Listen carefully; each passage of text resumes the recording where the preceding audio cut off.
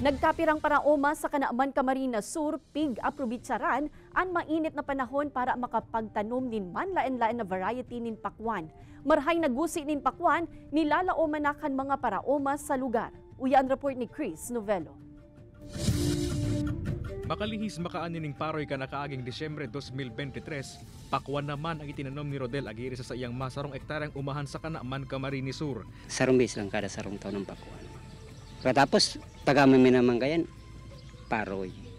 Si Marilyn Olivares man nagtanom subot nin pakwan nin huli sa mas dakula subot ang income kaysa sa paroy. Maray niyenta pang dagdag hanap buhay. Sina Rodel Aguirre at si Marilyn Olivares pirasa na sa mga paraoma sa Banwaan na sinamantalaan mainit na panahon para magtanom nin pakwan. Tanom kan mga inian manlain-lain na variety nin pakwan, siring kan Super Jumbo, Buffalo asing iba pa. Kung ikukumpara kaya subot sa paroy, mas paborable subot na itanong mo niya na tag-init ang pakwan na bakong makitubig.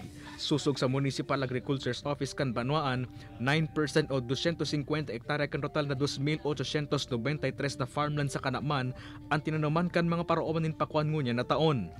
Nag-advise kami sa mga na farmers na magkaikuan ng early planting. And after that, talagang mainit, nag-take chance na magtaran ng pakwan.